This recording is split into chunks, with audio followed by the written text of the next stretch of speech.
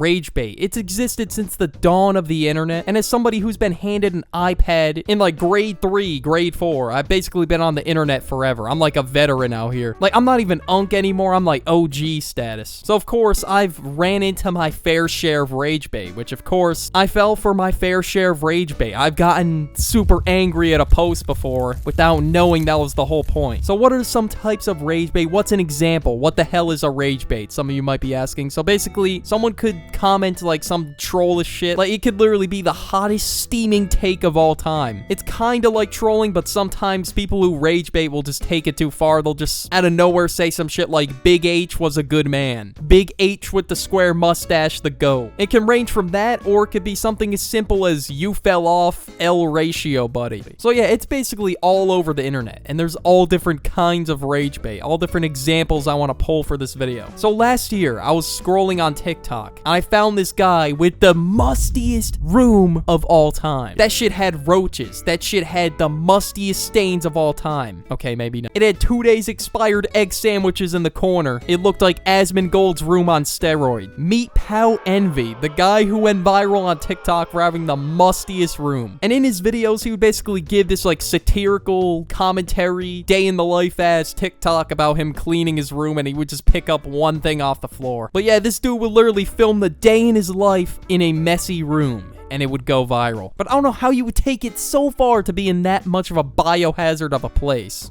to film your videos. He probably had like a musty trailer where he could do that in. If he actually slept there, that would have been crazy. Some people hated his guts, and some people just found it disgusting. I don't know how the hell you make your room a biohazard for a TikTok video. That's actually insane. That's just taking the joke too far, to be honest. But yeah, anything to go viral, I guess. And speaking of anything to go viral, next we have Bella the Wolf. This is literally the most desperate attempt at attention I've ever seen in my life. And she actually got it, which is the crazy part. But I mean, eventually it'll dry up. I mean, there's no way people are gonna be that mad at Bella the Wolf forever. But her 15 seconds of fame, it'll be up soon. But basically what this Bella the Wolf character did is, yeah, I don't feel like listing everything. Just read this text right here and you'll know. And what she will do is cook up, get in the goddamn studio for these Gacha Life videos, where she would do said controversies. And that's it. That's her whole shtick. And it's just basically, her whole channel is made to get people mad, and it's working. Of course, her posts are dog shit, like she did not cook. It's honestly terrible content, but it just feels like rage bait gone too far at this point. Like, it's not, I don't even know if you could classify this as rage bait anymore. Like, holy shit, she needs to step outside. And then she even face revealed, which attaches everything to this rage bait digital footprint. And last time I checked, Bella the Wolf is not raking in the big bucks, so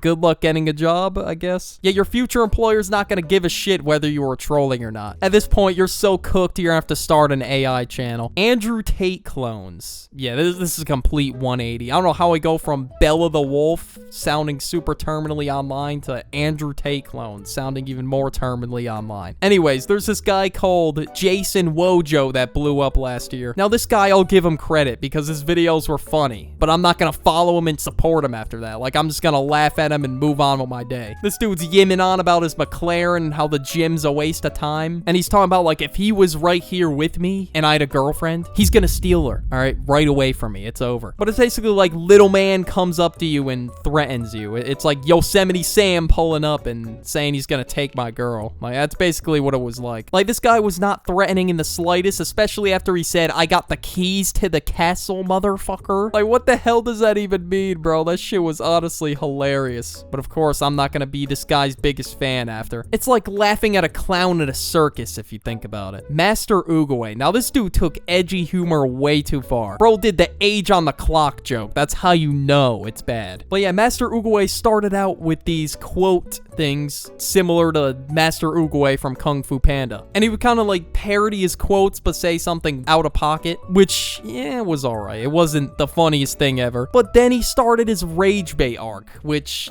honestly made him more unfunny than he ever was. So one day, he decided to drop a song. He decided to cook up in the studio, even though he probably should have never been let in the studio ever again after his first couple releases. Okay, pause. But seriously, this dude cooked up a banger song. Okay, it was not a banger. That shit was actual dog shit. But he said this in the song. Are you ready? Peculiar mustached man from year 1942 was his neighbor. He didn't say neighbor, we'll just say that. And from that point on, the downfall began. Like, it was seriously bad. Everybody turned on him. He's now falling off as we speak, or the fall off's already over. And of course, I can't not mention that vegan teacher. I fell for this rage bait bad. Like, this was pretty bad. Like, I remember genuinely getting angry when I saw the vegan teacher. Like, back when she was going viral, I remember getting so heated whenever I saw her on my For You page. But basically, she was this animal rights activist vegan who would do some crazy ass shit for attention. It's kind of like on the same level as Bella the Wolf, if you think about it. Like, she literally compared Gordon Ramsay to the man with the peculiar mustache, which I honestly didn't think a grandma had it in her to rage bait, but here we are. But she did pay the bills, though, I will say that. Nicholas Avocado. Of course, Nick Perry is no rookie to rage baiting. He's pretty much been doing it for years, ever since he became McDonald's #1 customer. And what did he do in these videos? Well, he ate food, he cried, he ate more food, and that's pretty much it. Oh yeah, and he also broke up with Orlin like 10 times. This whole era of Nick Avocado was truly a spectacle. But recently, Nick Avocado has been 2 steps ahead, okay? We were just puny ants in an ant farm. And apparently, he lost 250 pounds, and he's been pre-recording videos for like 2 years. He came back with this villain arc video. It was like a, I had you wrapped around my finger this whole time